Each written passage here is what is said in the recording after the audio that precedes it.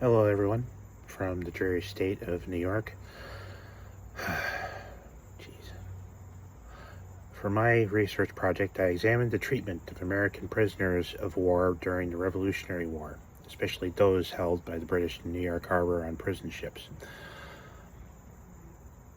My main focus was on whether the horrific treatment of American prisoners was mostly the result of overcrowding or logistical failure, or whether it reflected a deliberate British policy meant to punish rebels and weaken the Patriot cause. Subject stood out to me because the prison ships are often overshadowed by the major battles of the Revolution. When we think about the war, we usually think about Lexington, Concord, Saratoga, Valley Forge, or Yorktown. However, thousands of American soldiers and sailors and privateers suffered and died in captivity. Many were held in old decommissioned ships in New York Harbor where conditions were extremely poor. Prisoners faced overcrowding, lack of food and clean water, disease, poor sanitation, and harsh treatment from the guards.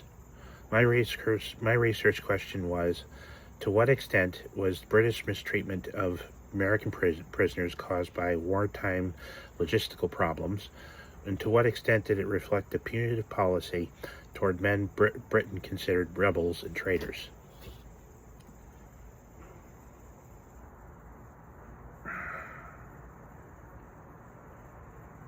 In researching this topic, I used both primary and secondary sources. The most important primary sources were letters between George Washington and British commanders, especially General William Howe and Lord Howe. Now, it may sound confusing, but there were actually two Howes during the Revolution. General William Howe was in charge of the land of the army, where Lord Richard Howe, his brother, was in charge of the Navy. So when you have so it's a little bit confusing, but he was writing two separate people, just so everybody knows. Washington repeatedly complained about the treatment of American prisoners, describing their suffering and protesting what he saw as cruel and unequal treatment. These letters show that prisoner treatment was no side issue. It was a serious military, political, and moral concern during the war itself. My main finding was that the prison ship crisis cannot be explained by just one cause. On one hand, logistical problems were very real.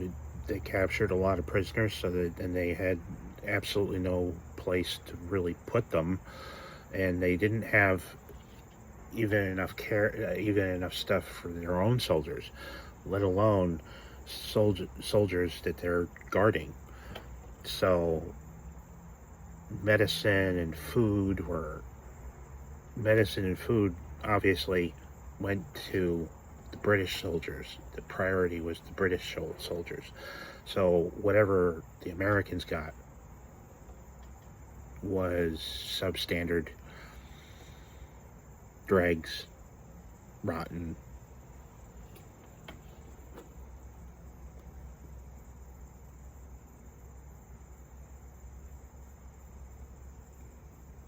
But the logistics doesn't explain everything. The British often viewed captured Americans as not legitimate prisoners of war, but rebels and traitors to the crown. That distinction matters because prisoners of war, there were customs for prisoners of war, customs that were usually followed. But if you were rebels, you were criminals, essentially. Our forefathers were criminals in the eyes of the British. They were very